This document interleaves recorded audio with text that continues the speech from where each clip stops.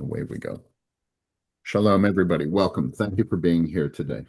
Um, on this ninth day of the Hebrew month of Av, this day of Tisha B'Av, which is a powerful, solemn, and, if you ask me, an extremely meaningful and relevant day in the Hebrew calendar. Um, Jewish tradition says that historically there were five calamitous events that happened to our people, on this day in the calendar on the ninth day of Av. Some of them go back to Torah times. Some of them took place in the lives of the rabbis during the Roman era. The most significant, the most well-known ones were the destructions of the first and second temple, which our tradition says both took place on this same calendar date. But to me, that's not what Tisha B'Av is about.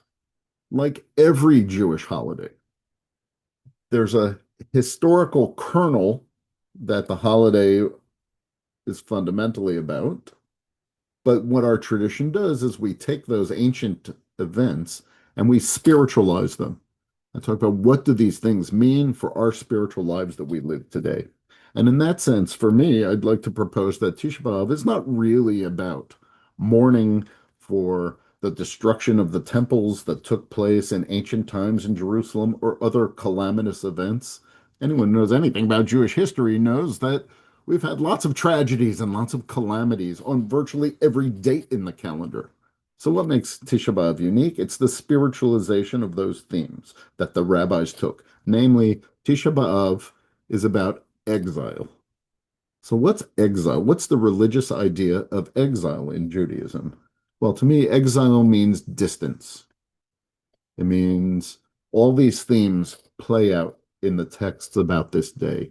Distance from our historical homeland and from the land of Israel and from Jerusalem, certainly. But they also mean distance from one another. And ultimately, they mean distance from God. In Kabbalah, it's about the distance of the Shekhinah, God's feminine, intimate presence, the distance from her source about where she's supposed to be. That it's like God's self is also broken and fragmented, while the world in which we inhabit is so broken and fragmented. And for me, these themes get more and more relevant every single year. Tisha B'Av gets more relevant every year, not just since the massacres of October 7th, 2023, but throughout my adult life, I've just felt increasingly each year that the message of Tisha B'Av is extremely powerful and extremely relevant. Last night at the Walnut Street Minyan in Newton, Massachusetts, we gathered, we said the traditional prayers, and we sat on the floor and we read from Echa, the Book of Lamentations. And my experience was, I see Deborah Fogel, I was saying this to you, Deborah, at the end of the night last night. My experience was I couldn't believe how many of the verses from Lamentations just seared off the page and into my heart. It's like some of that poetry of loss and sorrow and destruction could have been written for our contemporary situation today. So Tisha B'Av, the rabbis take these themes of exile and they spun contemporary relevant spiritual lessons for themselves. So some of the themes that they cultivated were they asked, where does this distance, where does this exile come from? And on one well-known thread, they said the cause of exile is sinat chinam, that unique human ability to hate other people for no good reason. And in another place, they provocatively say, no, the cause of exile is the failure of people to live by the law, but the failure to go beyond the letter of the law to its meaning, its purpose. And then there's our topic for today. In another thread, the implication in our text is that one of the causes of exile and destruction is allowing zealotry to flourish, the continuing threat in Judaism against fanaticism and zealotry. So one thing we want to do today is take a look at some of these texts about what exactly we mean by zealotry or fanaticism in Jewish texts. It's a little bit too easy to just condemn it in other people or to say, I know it when I see it. And of course, to ask, is it relevant for our situation today? Of course it is. But I'm telling you in advance, one thing I'm not going to do. I'm not going to offer you heavy-handed political analysis today. And I'm not going to go on political rants or make cheap political points or stuff like that. First of all, I trust you to take the implications of what we're learning into your own heart and to apply them as you see fit. Um, and I also always think that that kind of cheapens our tradition a little bit, which is so rich in nuance and in meaning. Um, I do think that in the discovery of the meaning of Tisha B'Av and taking it seriously, there are some implications for us about a way out of this mess in which we're living through. I do feel that. So let's turn to some of these texts. I got two big juicy texts that I'd like us to do today. For those of you who are been doing this with me for a long time, or those of you who are newcomers, I'll just remind you of a couple of things. I love to study Jewish texts together and sort through them with you about what they might mean. Um, I tend to teach through discussion. So I'm going to talk a lot today, but I'm also going to invite your questions, your comments, and your insights. The best way to do that is to click on the raise hand button at the bottom of your Zoom screen. I think it's under, you click on react, and then you'll see something that says raise hand. And that's the way I'll be able to see you and recognize you um, and to call on you. Um, and I'll share the text on the screen, but once again, you can download and print out the text on your own through the link that's in the chat right now. So I got two big juicy texts for us to look at today. And they both reflect from the classic Jewish texts. One is from the Talmud and one is from the classic Midrash on this day, the Midrash on the Book of Lamentations. Both of them reflect Jewish life in the land of Israel under the Roman occupation in the first and second centuries. So we're looking back to that time of antiquity and also that time of great spiritual foment that was taking place in the world, in the land of Israel in the first and second centuries. Of course, it was a time of great suffering. The Romans were oppressors, and that's crystal clear in Jewish texts that the Jewish minority suffered greatly under Roman rule at this time. It's also remarkable how the first and second centuries in this space, even though it was a time of great suffering, was also a time of great spiritual excitement. Both rabbinic Judaism and early Christianity emerge in this same time and place, sort of alongside one another. And both of them can be seen as responses, spiritual responses to the Roman occupation of that time. And that's just one of the first spiritual truths here. Sometimes suffering leads to spiritual innovation. That was certainly true of this time and place when Judaism really starts to look like Judaism as we recognize it. This memory, this era of history is seared into Jewish memories forever. So the first text we want to look at is from the Talmud, from the section called Gittin. And this is a lengthy section that people often study on Tisha B'Av because it goes on for about 6 pages or so. There's these descriptions of a chain of events that lead to the destruction of the Second Temple under the hands of the Romans and ultimately the exile of the Jews from Jerusalem. Just a little bit of context before we look at this first text. The context is the first Jewish war against the Romans. It's the first century CE. The culmination of this war, as we know, will be the destruction of the temple in the year 70, the expulsion of the Jews from Jerusalem. And this is a lengthy passage that goes on for a couple of pages. We're just going to look at a little snippet of it that has more famous passages to it. It starts with the famous story of Kamsa and Bar Kamsa, which, if you've been doing this with me before, we've studied together this passage before. It culminates with the famous escape from Jerusalem in a coffin by Rabbi Yochanan ben Zakkai. But the scene I want to look at is in between. It's one of several vignettes that the Talmud includes of Jewish life behind the walls of the besieged city.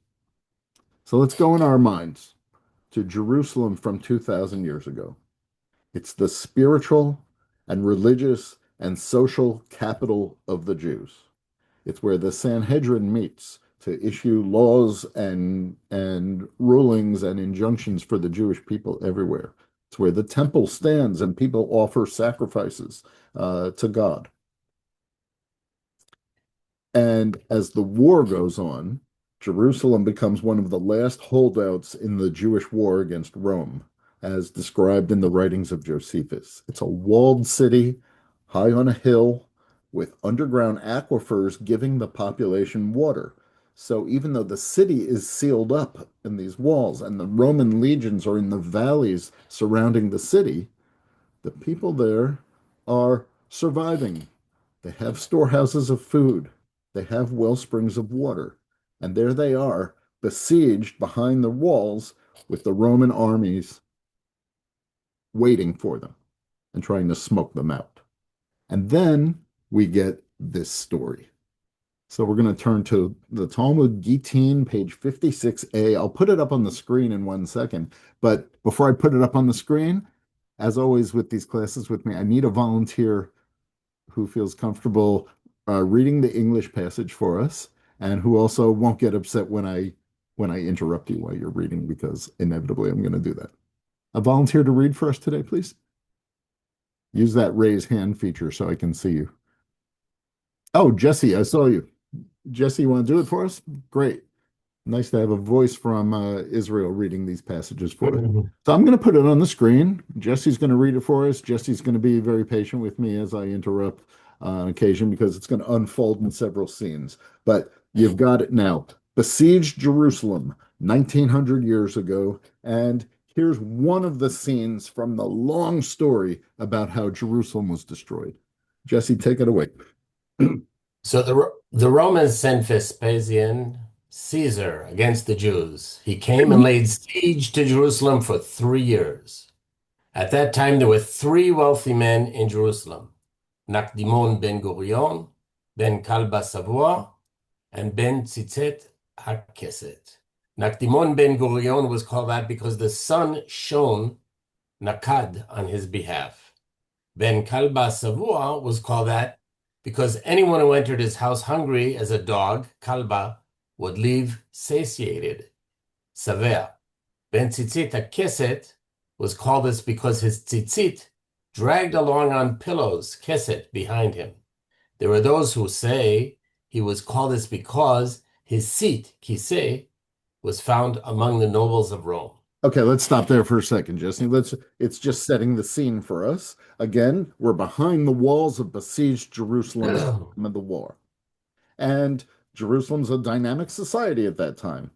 There's three wealthy benefactors of the Jewish community that the text describes. I guess this has been a universal thing in Jewish time. They were probably on the board of the Jerusalem Jewish Federation at that time. There were probably plaques on the wall with their names because they were benefactors to the Jewish community. Sorry, I'm being a little sarcastic.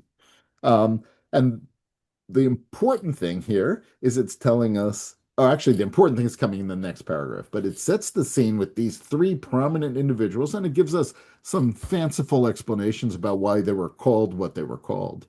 Each of these three individuals, by the way, appear in other places in Jewish texts too about this time. Maybe if one of them really leaps off the page, maybe you've seen the name Ben Kalba Savua before because he appears in other stories as ultimately he becomes the father-in-law of Rabbi Akiva himself.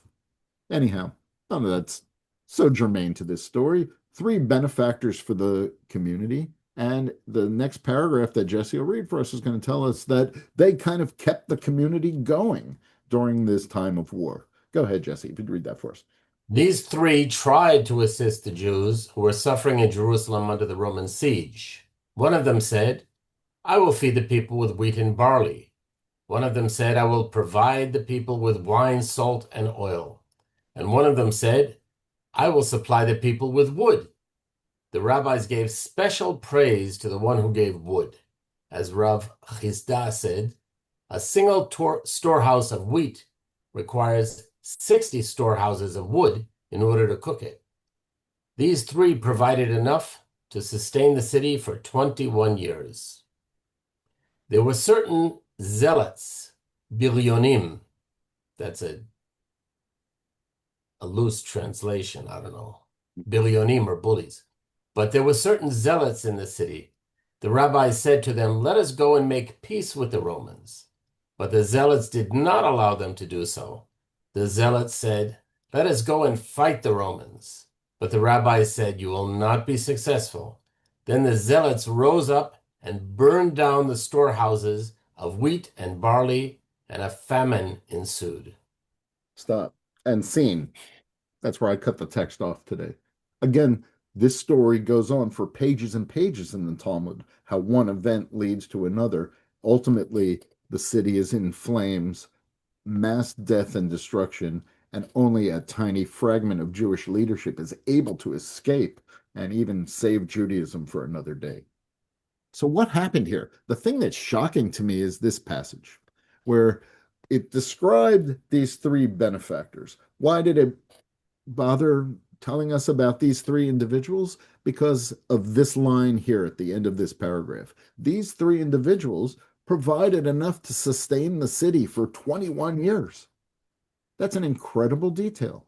There was enough food, there was enough water, there was enough wine and salt and oil, there was enough wood to keep all of this going, to keep people, to keep the food being cooked, to keep the sacrifices going, to keep the people warm during a cold winter and all of that.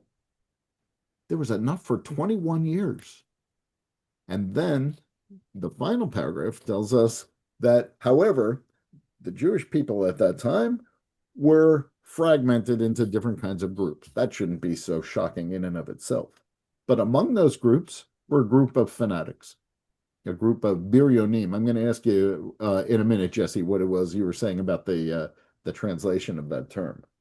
But these extremists in the community who insisted on going and fighting against the Roman legions that had surrounded the city, against going and fighting against the entire Roman Empire, uh, um, and against the opinion of the rabbis, they go and burn all the storehouses of this 21 years of wheat and barley and food. And one of the things that we want to ask one another is, what do we learn about the mindset of a zealot in a story of like this? For what possible purpose would they burn the storehouses of food and everything else that are keeping starving people alive? And have no doubt, the placement of this story is this sets into motion a chain of events that leads to the destruction of the temple and the destruction of the city. So it's that one shocking line that I want us to focus on. Then the zealots rose up and burned down the storehouses of wheat and barley, and a famine ensued. Why would they do such a thing? But Jesse, you first. What were you saying about biryonim? Just the word billion today means a bully, right? It's used for in all the senses that the word bully is used in English. Billionot Yeah, is bullying and widely condemned. But you've used several words, zealot and extremist and fanatic were three of the words you used for these yeah. same people who are such bullies that if they don't get their way, they do something really terrible and cause famine inside Jerusalem, uh, leading, as you say, to our fall and to our exile. Yeah, it's it yeah, we might translate it as thugs also. All right, but at least modern, let's not make the mistake, which I know you know, Jesse, and that is modern Hebrew is not exactly the same as the ancient language that the Jews spoke. Of course, it's like every language, it evolves. And this text isn't even written in Hebrew. This text is written in Aramaic, like much of the Right. The Talmud. previous use of zealotry is usually kanaim, right? And Torah. those, In the right, Torah. Right. So this seems to refer to a specific sect. The reason why I capitalized the word zealots, I didn't think so very hard about this translation, to be honest with you, but the reason why I capitalized the word zealots is it seems to be a proper noun referring to a sect of extremists that existed in Jerusalem at that time. So that's why it's got a capital Z. But they were certainly thugs. They were certainly violent. They were certainly all the words that you used there, Jesse, as well. Okay, so the one question I have about this text is what do we learn about the mindset of a zealot and for what purpose? Can you imagine what are they thinking when they burn the storehouses of food that are keeping their damn people alive? And I want to hear from Rebecca. Go ahead. Okay, can you hear me? I sure can. Hi, Rebecca. No, good. Hi. Um, I think it was because they wanted the people to be desperate so that they would have no choice but to fight the Romans the way they wanted. Like Yep. they didn't really care about the long term. Well, I don't know. They didn't care about people staying alive or comfort or like what would happen to the children or the non-combatants in the city. They just wanted this one thing, and they thought that was more important than anything else. So we're like, okay, if their backs are to the wall, people will have to fight, Mm, and they'll stop arguing about making peace. sure. Sure. Seems clear. Thank you. And you said that very eloquently that the starving the people will radicalize the people. Desperate people will be much more likely to fight and with no holds barred, with nothing to lose. So it's an act of radicalization of people who were susceptible. Karen? To do this. It reminds me of burning of the greenhouses in Gaza and the also that very much what Rebecca said, but also that if if we can't have exactly what we want, we'll have nothing. Yeah. And once again, radicalization. Thank you. Yeah, I'm quite aware of the parallels to our own time and how food, depending on what your point of view is. Again, we're not going to politically rant here in our class today, but looking at the events unfolding before our eyes, food can be used to radicalize a community.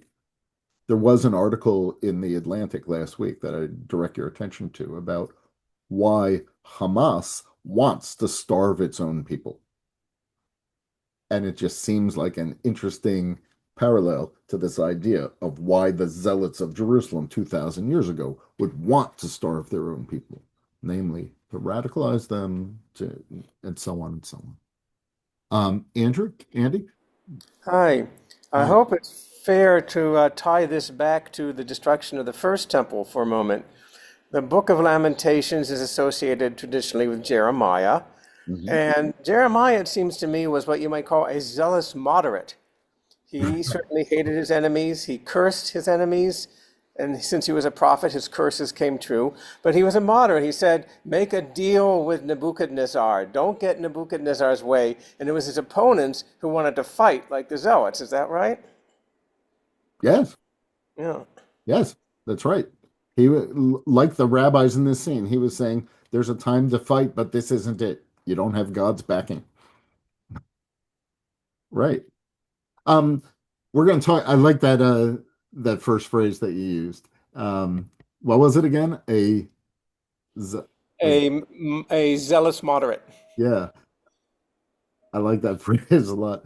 Um, one of the things I'm trying to do here is to paint a picture of what zealotry does, but we're going to try to tighten it up. Give me about 25 minutes or so. We're going to try to tighten it up a little bit about defining what exactly does it mean to be a zealot or to be a fanatic in the mindset of the rabbinic text. It's a little more subtle than we might give it credit for being, but give me a little bit of time to get to that point.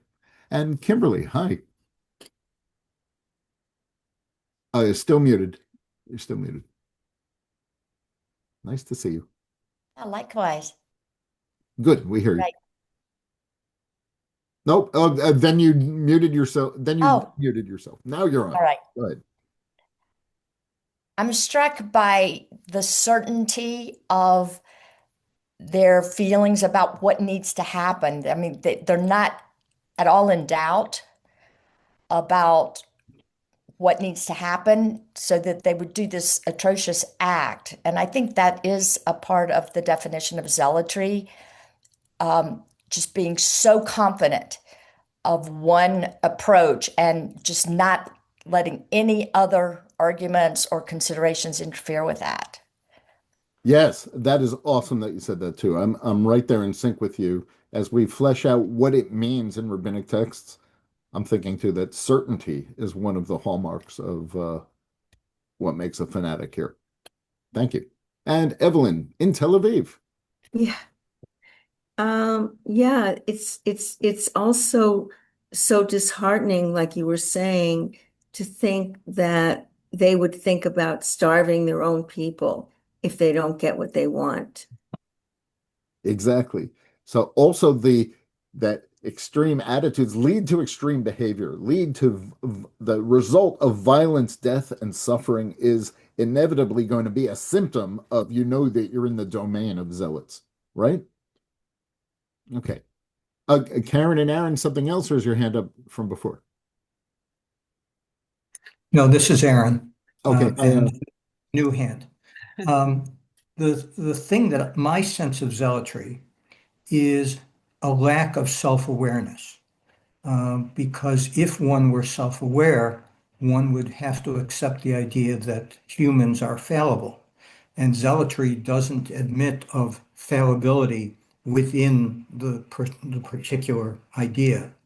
And so without a sense of self-awareness, it also means you don't have a sense of what the results of your actions might be. Terrific. So when they burn the storehouses, I'm not sure that they knew what the results would be likely to be. All they knew was that burning the storehouses was a good way to enforce their position.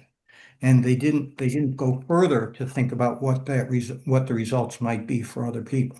Oh, I wonder. I agreed very much with the first half of what you said. We're going to see also, I think, self-awareness and self-reflection are going to be the hallmarks of anti-zealotry.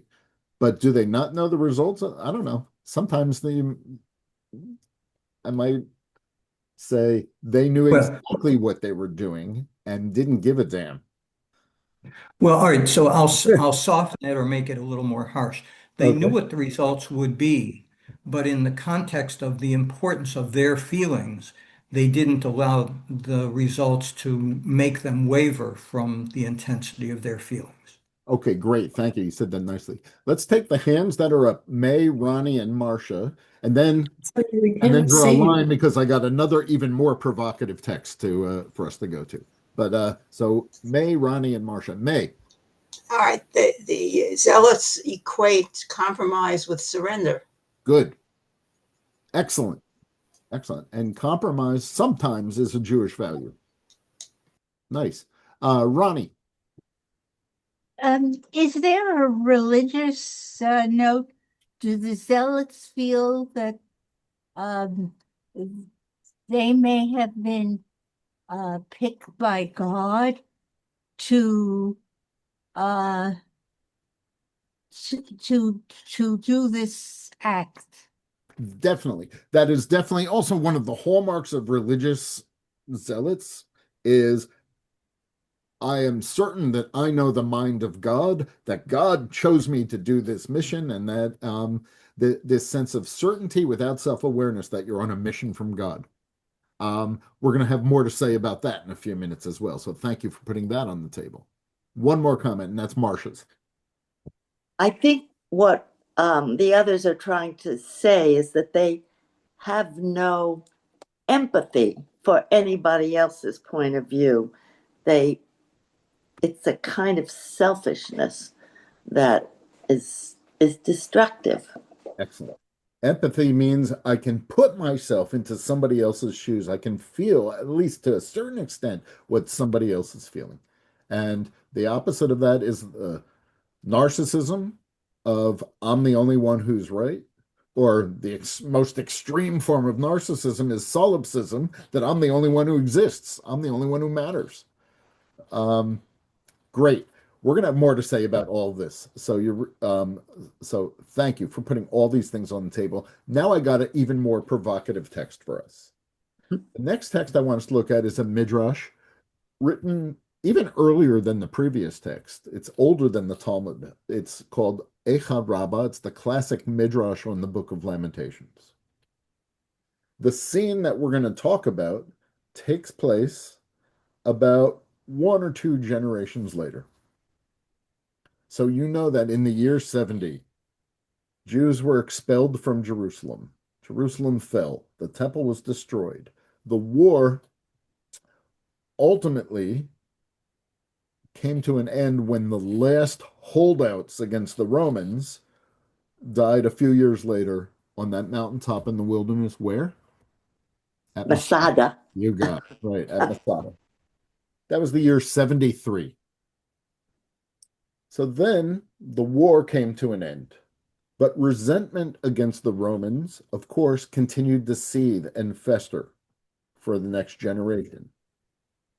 And about 70 years later, a new revolt kind of fomented against the Romans.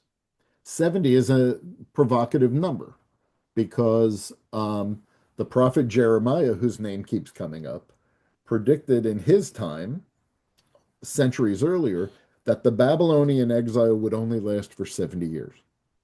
And then God would bring everybody home and rebuild the temple. So picture if these people are imagining that their lives are set to certain patterns. God has exiled once again, but God will also bring us back once again. And so as the clock is ticking, 65 years have passed. You can imagine people are starting to get excited that we've paid our bill for our crimes and our sins. God's going to take us back home and expel these enemies, just like God expelled the Babylonians half a millennium ago. And so rebellions start to increase, and resentment against Rome continues to seethe, and political revolts spark up among the countryside. The most famous of these revolts was under a charismatic leader whose name was Shimon Bar Kokhba, the Bar Kokhba rebellion. Bar Kokhba wasn't really his name. Bar Kokhba, his real name was probably Bar Kosiva, Shimon Bar Kosiva, or something like that, named for the place that he came from, the village in which he was born. Bar Kokhba is Aramaic. We should talk about this for 1 minute. Kokhba in Aramaic is the Hebrew word kochav, a star. And the reason why he was called Bar Kokhba, the son of a star, is because it's an allusion to a prophecy that was made in the Torah in Numbers chapter 24, where the prophecy is made, Darach Kochav mi Yaakov, a star will emerge from Jacob. And that prophecy is meant to be a messianic prophecy, that the day will come when a star will emerge from the Jewish people who will lead them back home and rebuild their destroyed homeland. It's a messianic prophecy. So Bar Kokhba himself acquires not just the status of a rebel leader, but this messianic cloak around him. Well, anyway, this is a lot of history, but the rebellion that took place in the 2nd century, in the 130s, was a guerrilla war against the Romans that took place all over the countryside. Many tourists in Israel have had the experience, I bet a lot of you have as well, of exploring like archaeological caves in the heartland of Israel where Bar Kokhba rebels hid and launched their wars at that time. And you can still find all sorts of archaeology, especially coins with the name Bar Kokhba on it. That's what this is. That the Jewish people at that time were so inspired by his leadership and so anticipating of redemption that they even minted coins with his name and visage on it that had images of the temple. That's what's going on here, is an image of the temple here on the left, an image of a lulav here on the right, with the Hebrew words to the freedom of Jerusalem around the outside of it. So Bar Kokhba becomes this messianic figure, not just military, but spiritual as well. Apropos of the point that wasn't Ronnie, that I'm sorry, that I think Marsha made before, the sense of, or maybe it was Ronnie who made it before, the sense of God sent him. Okay, so spoiler alert, it doesn't turn out so well. The Bar Kokhba rebellion expands over about 3 years of fighting and it ends in disaster. The culmination of the Bar Kokhba rebellion takes place not in Jerusalem, but in a suburb of Jerusalem, a place called Beitar, um, which is up in the Judean hills. There's a West Bank settlement of Beitar that's flourishing today. And many rabbinic texts describe the horrors and the bloodshed and the violence of the final days of the Bar Kokhba rebellion. The results of the end of the rebellion, which was in the year 135, are seismic. It ends for 1900 years any sort of Jewish autonomy in the land of Israel. It culminates with the massacres by the Romans of, among other things, of many of the great rabbis of the generation. We still read about those massacres on Yom Kippur. On Yom Kippur afternoon, there's that passage in the prayer book known as the Ela Azkara, or the 10 martyrs. And that refers to these who were murdered after, in the wake of the Bar Kokhba rebellion. It is seen as a disaster. So, with all of that in mind, we can turn to this midrash from Eicha Rabbah, which is going to be a remarkable reflection about Bar Kokhba for this day of Tisha B'Av. Like any good midrash, it starts with a verse from the Bible, namely this verse from Lamentations. Oh, Jesse, you did a great job before. We're going to need a second reader now, someone who'd like to volunteer to read this passage for me and who won't get frustrated when I interrupt you. Who'd like to read this passage for us?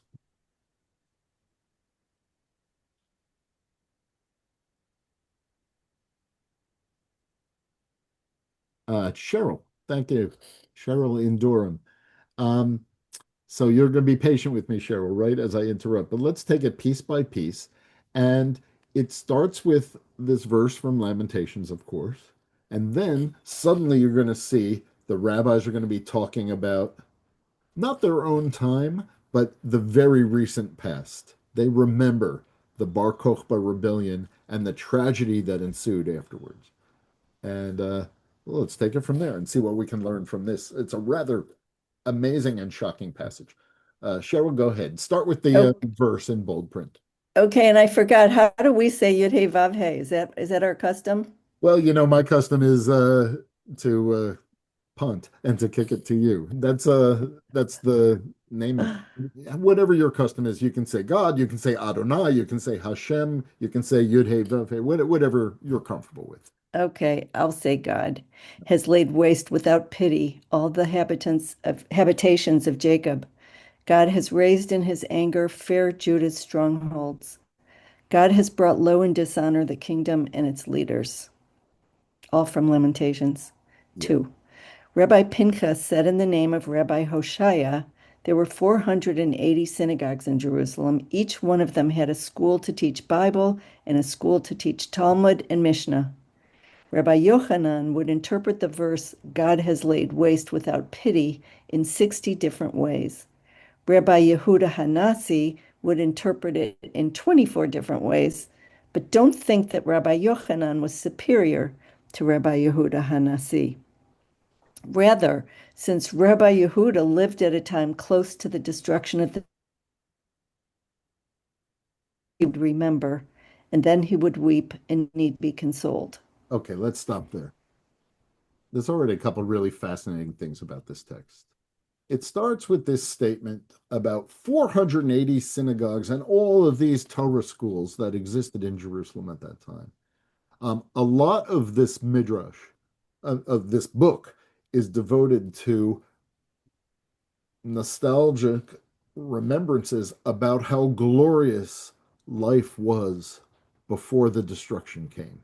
So there's a lot of whimsical things about how witty and how insightful the people of Jerusalem were. It's kind of lamenting what was lost. A parallel that I can think of is to our times is Abraham Joshua Heschel, that great spiritual figure of the 20th century, who never really wrote a book about the Holocaust.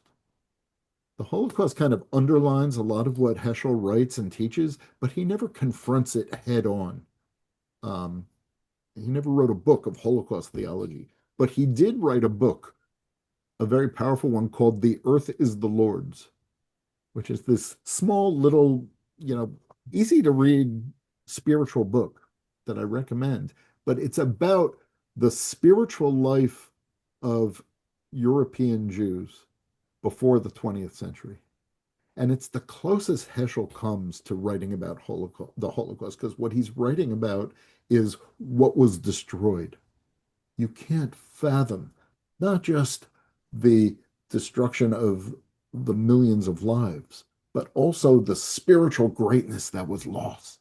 Well, anyway, I think that that's what the Midrash is doing here. First, it starts with how glorious Jerusalem was before the destruction.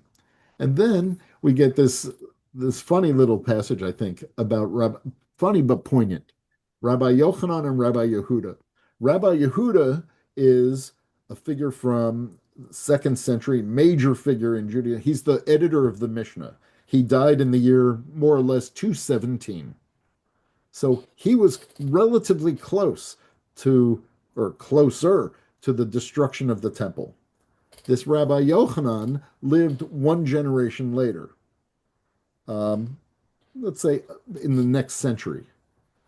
Also a major figure in Judaism, but the rabbis are surprised. How is it that Rabbi Yochanan could make 60 different interpretations of this verse, and Rabbi Yehuda could make only 24 interpretations of this verse?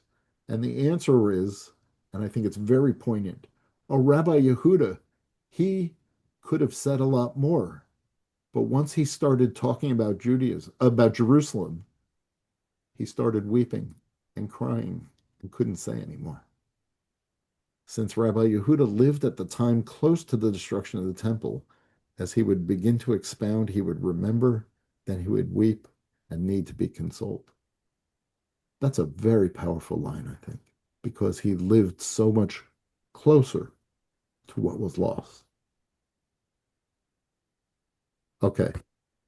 But it's a little bit off topic. It's just beautiful, but it's a little bit off topic, because now we're going to go to Bar Kokhba.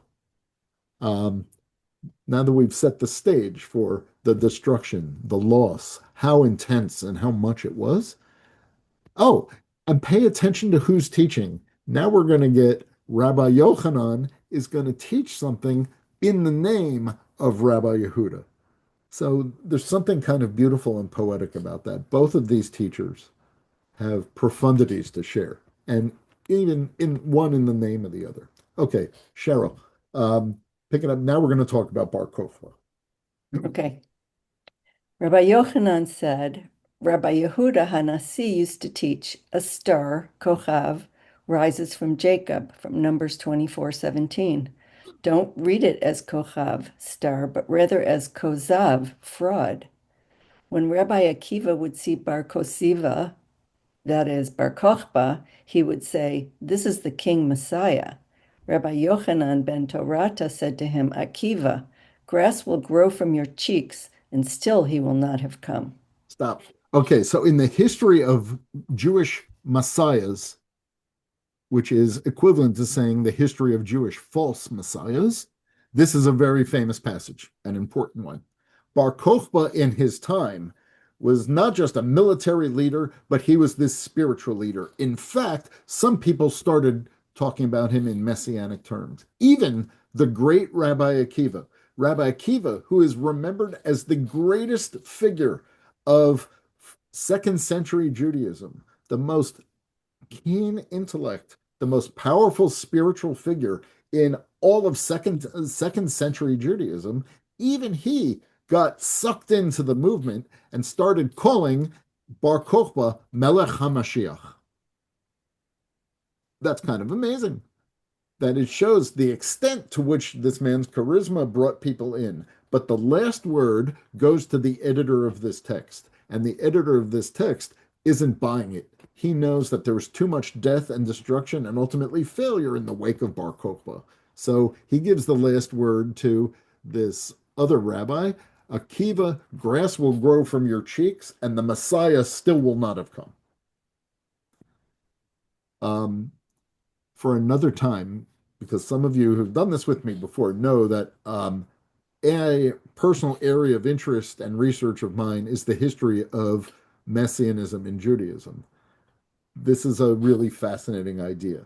The idea that the Messianic idea kept Jews going at times of great strife and suffering. But every time in Jewish history that the idea of the Messiah became imminent, that the Messianic moment was at hand, it always ended in devastation and destruction for Jews. That the most important idea about the Messiah is that in Judaism is the idea that the Messiah is real, that the Messiah is possible, and that the Messiah is far off in the future.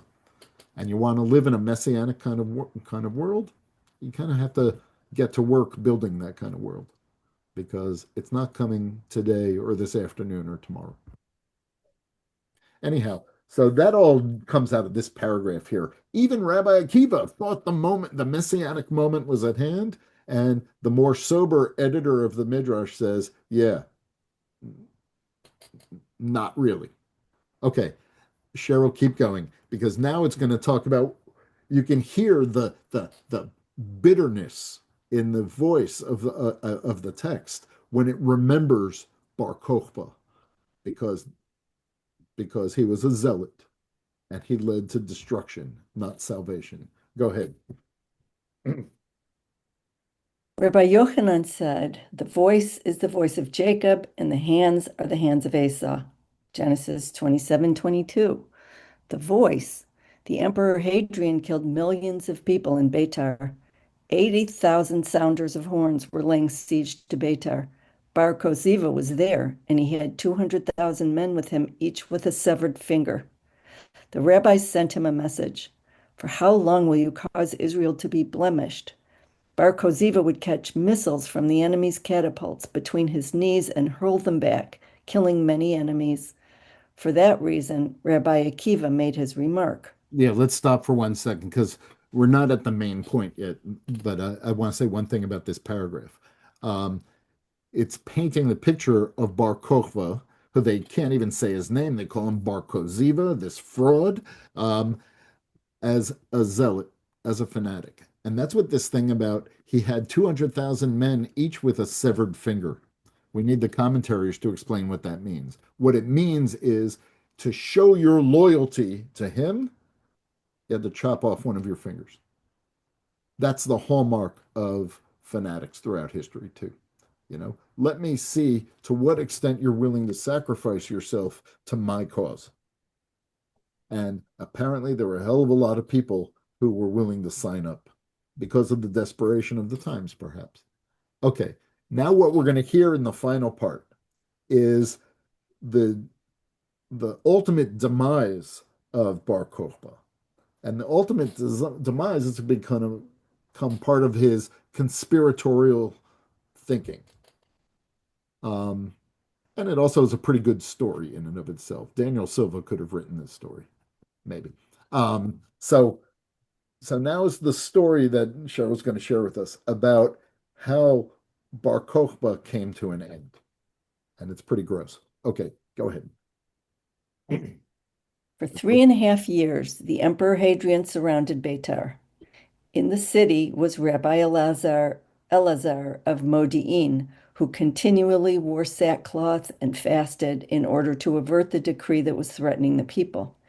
And he used to pray daily, "Master of the universe, sit not in judgment today." Just to interrupt for a second, just so everybody understands, there was a spiritual figure in the city who the author has a very positive view of, who apparently his prayers were so intense that God heeds them. And every day he says, "God, please spare us from the Romans," and God listens. So you have to buy into this, that by virtue of Rabbi Elazar's prayers, the people are allowed to endure and survive. So that's a problem for Bar Kokhba and all zealots. So, okay, go ahead, Cheryl. Eventually, Hadrian decided to return home in despair of ever conquering the city. A certain Samaritan went to Hadrian and said, My lord, so long as that old cock wallows in ashes, you will not be able to conquer the city. But wait for me, and I will enable you to conquer it this very day. He entered the city and found Rabbi Elazar standing and praying. He pretended to whisper something into Rabbi Elazar's ear. People went and informed Bar Kosiva. Your friend, Rabbi Elazar, wants to surrender the city to Hadrian. Bar Kosiva sent for the Samaritan and asked him, What did you say to him? He replied, If I tell you, the king will kill me. If I don't tell you, you'll kill me. It is better that I kill myself than I have the secrets of the empire be divulged. Bar Kosiva thus suspected that Rabbi Elazar wanted to surrender the city. When Rabbi Elazar concluded his prayer, Bar Kosiva sent for him. He said, What did that Samaritan say to you? Rabbi Elazar answered, I don't know what he whispered in my ear, and I didn't hear anything from him because I was praying and thus unable to hear. Bar Kosiva flew into a rage, kicked him with his foot, and killed him. Okay, you picture what happened? There's an individual, a Samaritan, which means sort of someone who's on the periphery of the Jewish community here. And here he's painted as an enemy of the Jews. And he's going to make it possible for the Romans to conquer Beitar. Because he knows about conspiracy theories. So all he has to do is go up while Rabbi Elazar is praying and pretend to whisper something in his ear and then walk away. And then conspiracies, even before the internet, conspiracies just kind of have a way of gaining momentum. So Bar Kokhba grabs Rabbi Elazar and says, What did he say to you? And Rabbi Elazar says, I don't know, because I was praying so intently. When I'm praying, I can't hear anybody or anything. And Bar Kokhba's assumption is that they're conspiring against him. And so he starts killing. And he kills Rabbi Elazar. And we already know, because we read the text, we already know that Rabbi Elazar his prayers were the one thing that was keeping the Romans at bay. So this conspiracy-minded way of thinking starts getting out of hand. Bar Kokhba starts killing rabbis and stuff like that. And then we're going to hear how this leads to the end of Beitar. The next line that Cheryl's going to read says, A bat kol comes forth from heaven. This is a literary device that appears often in the Talmud and the Midrash, when a bat kol is a heavenly voice that comes and interferes to sort of give the perspective of God, the divine. So, and it shows up sometimes in these stories. A voice from heaven interrupts and says, Here's what's happening. Okay, Cheryl, go ahead. Take us to the end. At that moment, a bat kol went forth from heaven and said, Oh, the worthless shepherd who abandons the flock. Let a sword descend up on his arm and upon his right eye. From Zechariah 11. And it said, You paralyzed the arm of Israel and blinded their right eye. Therefore, his arm shall shrivel up, his right eye shall go blind. Immediately, the preponderance of sins caused Beitar to be captured. Bar Kosiva was killed, and his head was taken to Hadrian. Who killed him? Asked Hadrian. A certain Samaritan said, I killed him. Bring me his body, Hadrian ordered. He went and found a snake encircling Bar Kosiva's neck. Hadrian said, If his God had not slain him, who could have overcome him?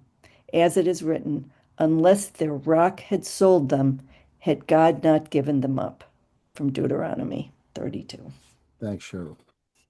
So there's a lot here. On one hand, it's a good story, too. Like I said, it's a thriller. It's violent. It's gross. It has conspiracy theories and so on in it. But the reason why I share it with you today is the idea that it's Bar Kokhba's extremism and his zealotry that ultimately leads to the destruction of Beitar, according to the Mishnah that took place on Tisha B'Av in the year 135. And I don't know, like the first story that I shared with you, we get a sense that the Jews could have held out at this time of suffering, but they could have endured, except for the pressure that came from myopic and violent leaders, zealous leaders, who seemed kind of hell-bent on leading them right into the jaws of destruction. That's what the two stories have in common. So if you're willing to stay with me for a few more minutes, I'd like to go until about 11:15 or so today. So if you're able to stay with me, let's talk about the implications of this story and the previous story. That the reason I share these two with you on this Tisha B'Av is because I do think that Judaism has this anti-zealotry streak to it. And on this day of mourning and of sorrow, the rabbis push forward the agenda that some of the destruction of this day was the fault of short-sighted and fanatical leaders who can't see anything else. Leaders who are zealots, or who either leaders who are zealots or leaders who are easily manipulated by zealots in their circle, let's put it that way, who distort Judaism and ultimately cause destruction in their wake. So now let's get, but that's a rather obvious point to me. What I want to get is a little bit beneath the surface to say what we were talking about before, about we know what zealotry looks like, but I want to ask, what does it really mean? We're going to skip over all the Maimonides texts on page 5 and 6 and get to some interesting stuff on page 7 in your packet. I'll put it up on the screen. Because we know what the symptoms of zealotry are. We've read them enough now to know violence, hurt, cruelty in the name of God, lack of empathy, lack of compassion, certainty that you're right and nobody else is. All those things, those points that we've drawn out, those are the symptoms of fanaticism. There's a really powerful example of it from a contemporary Orthodox rabbi that I thought was really interesting that I put on the screen. Here's what we know, that this is what zealotry looks like. It means a distortion of Judaism and the Torah. Let me just read this really quickly because that's powerful. Rabbi Rosenfeld is a rabbi in Beit Shemesh, but he's writing about a famous 20th century Orthodox rabbi who spent most of his career in Baltimore. An example, my beloved teacher of blessed memory, Rabbi Yaakov Weinberg. When Rabbi Weinberg was growing up in the land of Israel, a tragedy occurred at his school in Tiberias, in which a woman's clothes caught fire, and as a result, she burned to death. After that tragedy, Rabbi Weinberg overheard his teacher saying to himself, I just didn't know what to do. After all, I couldn't touch a woman because the Torah forbids Orthodox man from touching a woman, including one whose clothes are on fire. The point of this story is my teacher picked himself up and left school that day to continue his education in Jerusalem. He was all of 8 years old, but at 8 years old, he realized that his teacher was an idiot, a pious fool, and he refused to ever study from him again. That's a very powerful story to me because it shows that this kind of anti-zealotry should exist even in the most orthodox forms of Judaism. And that leads to my big question. My question is, we're trying to get to a definition of what zealotry is. And I think it's more subtle than we might imagine. I mean, what's the difference between zealotry and fanaticism and authentic religious passion? I mean, is the alternative to being a zealot being just a middle of the road, parv, plain, not so committed person? Or let me put it a different way. Isn't there something kind of extreme about Judaism? Every day we say, Ve'ahavta et Adonai Elohecha b'chol levavcha, b'chol nafshecha, u'b'chol me'odecha. You should love God with all your heart, with all your soul, and with all your might. Isn't that an extremist point of view?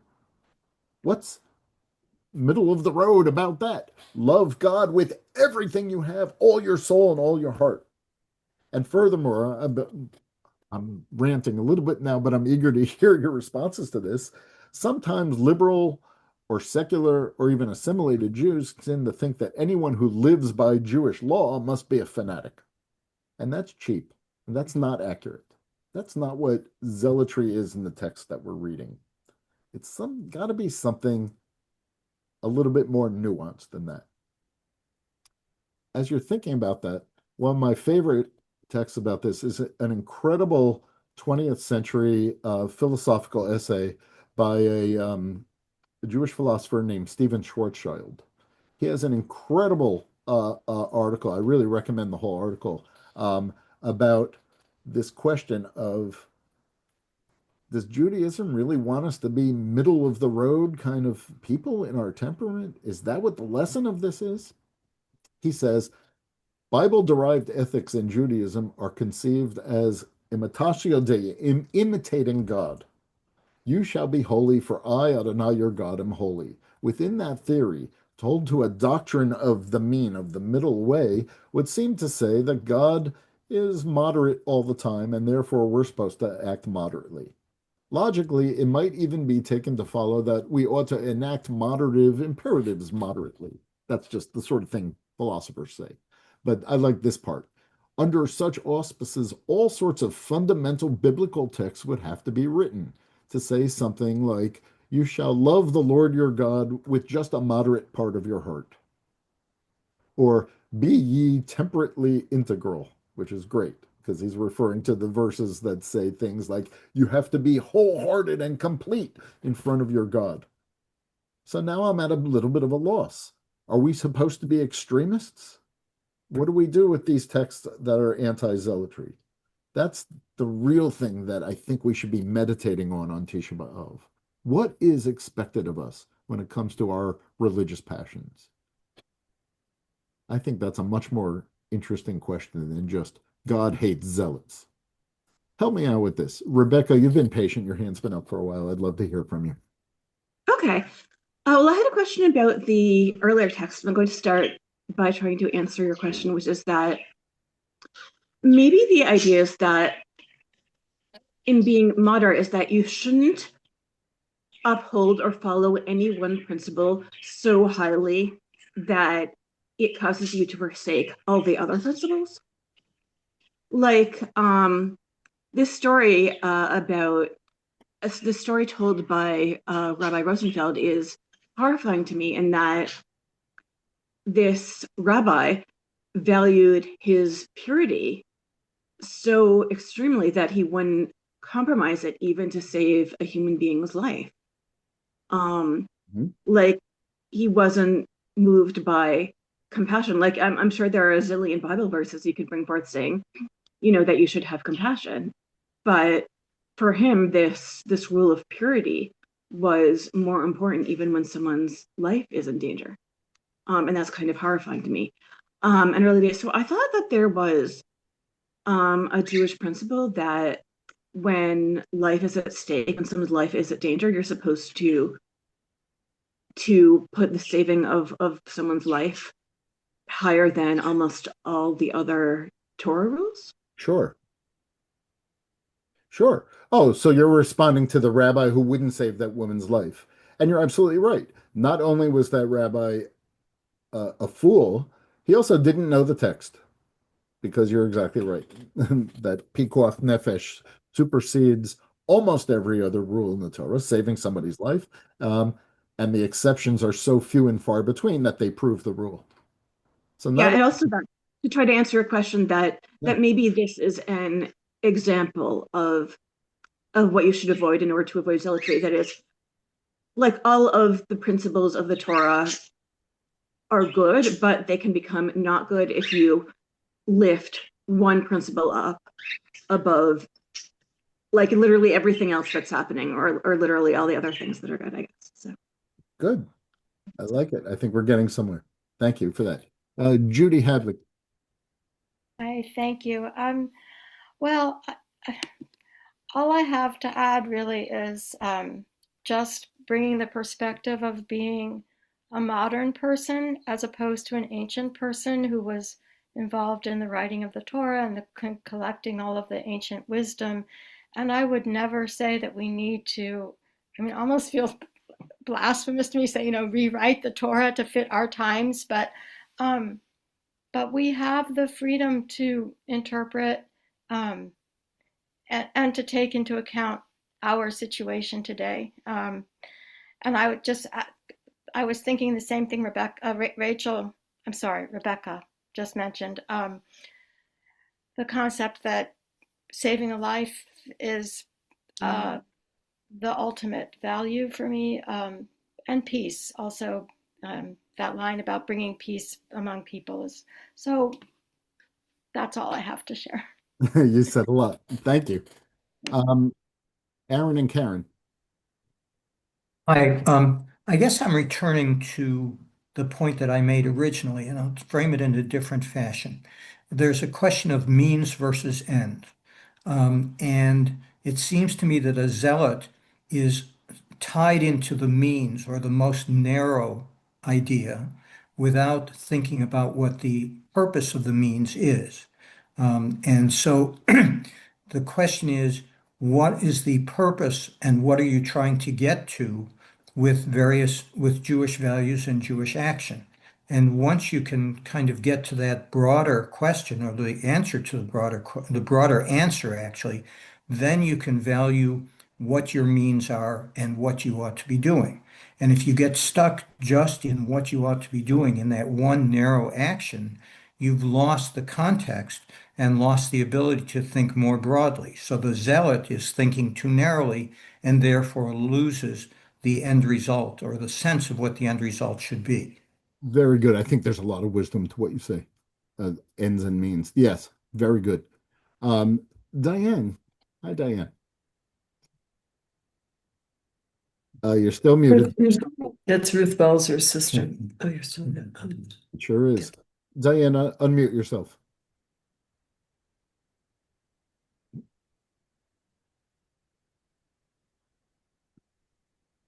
Nope, you're still muted. Yeah, got it. Oh, there you go. Hi. Sorry, good to be here and fascinating.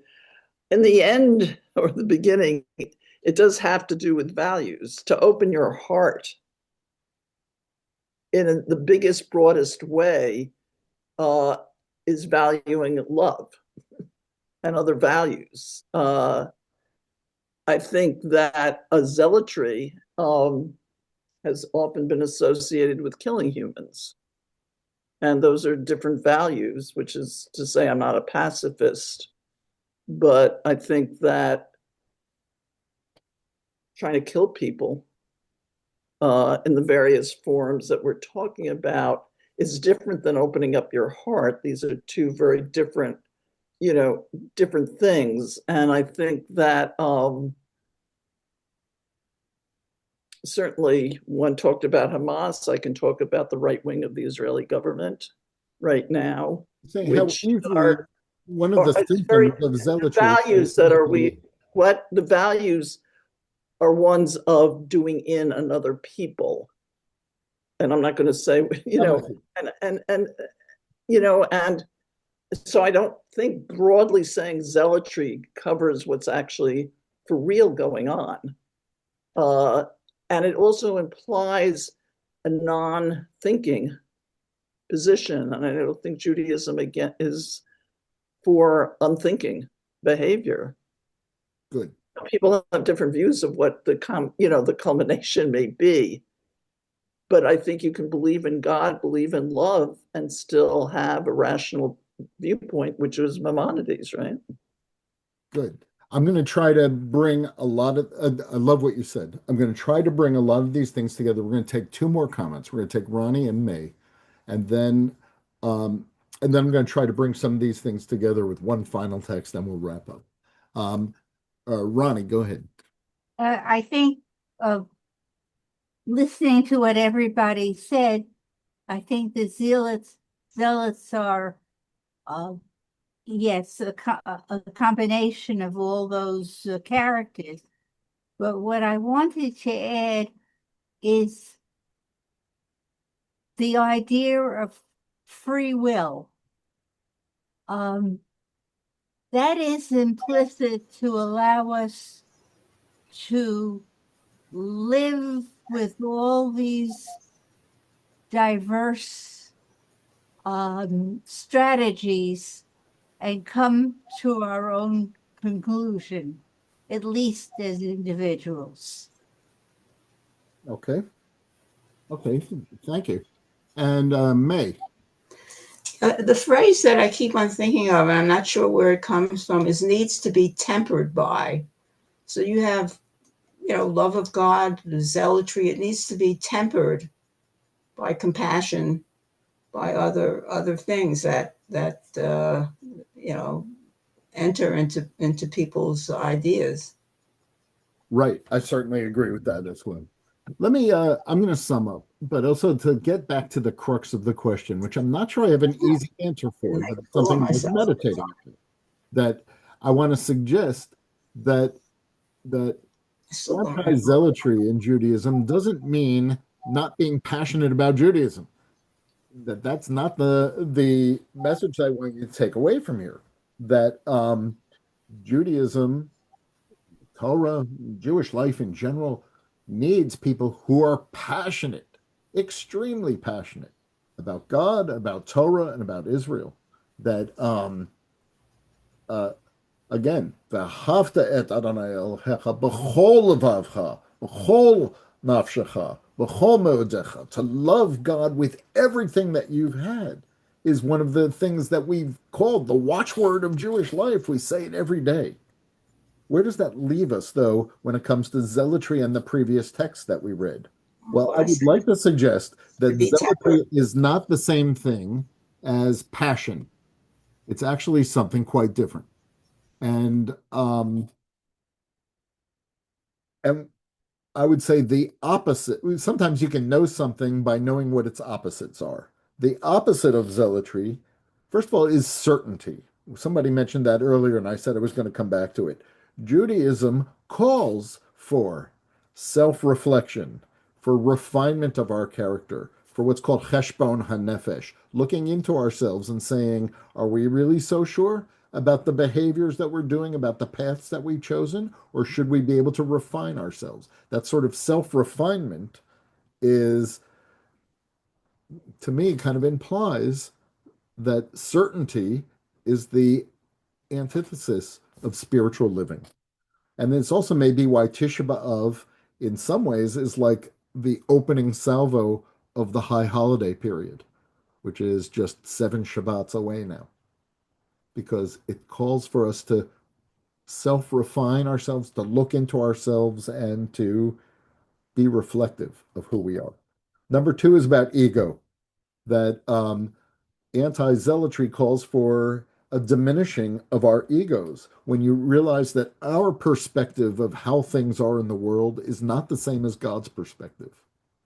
And that's a religious and spiritual stance as well, to say, I have to check my ego. The zealot, the ego runs uncontrolled. The other things are things that we've pointed to already, that the opposite of zealotry is empathy, realizing that the other person, even your enemy, even the person who wants to hurt you, also hurts and also is recognizably human. That sort of empathy is something that's anti-zealotry. And ultimately, compassion over violence. The zealot has forsaken these things for his own ego and his own certainty that he's correct. So, in our final moment together, one more text. And I want to give the last word to the great, lamented Israeli writer Amos Oz, who is Israel, among other things, great activist for peace, but also one of Israel's quintessential novelists and writers. And he wrote an interesting little book at the end of his life called How to Cure a Fanatic. And this is offered slightly tongue in cheek, but a way to sort of the antithesis of the texts that we've read before about what it means to be a zealot. Something to take away on this Tisha B'Av. Amos Oz. writing in 2002. If you promise to take what I'm about to say with a big pinch of salt, I can tell you that in principle, at least, I have invented the remedy for fanaticism. A sense of humor is a great cure. I have never once in my life seen a fanatic with a sense of humor, nor have I ever seen a person with a sense of humor become a fanatic, unless he or she has lost their humor.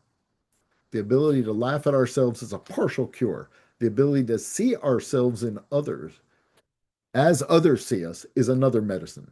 The ability to exist within open-ended situations, even to learn how to enjoy open-ended situations, to learn to enjoy diversity may also help.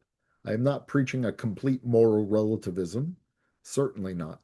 I am trying to enhance our ability to imagine the other. That's a great sentence. I'm trying to enhance our ability to imagine the other on every level, on the most everyday level, to just imagine the other. I think those are fairly beautiful words for us to finish our study with today.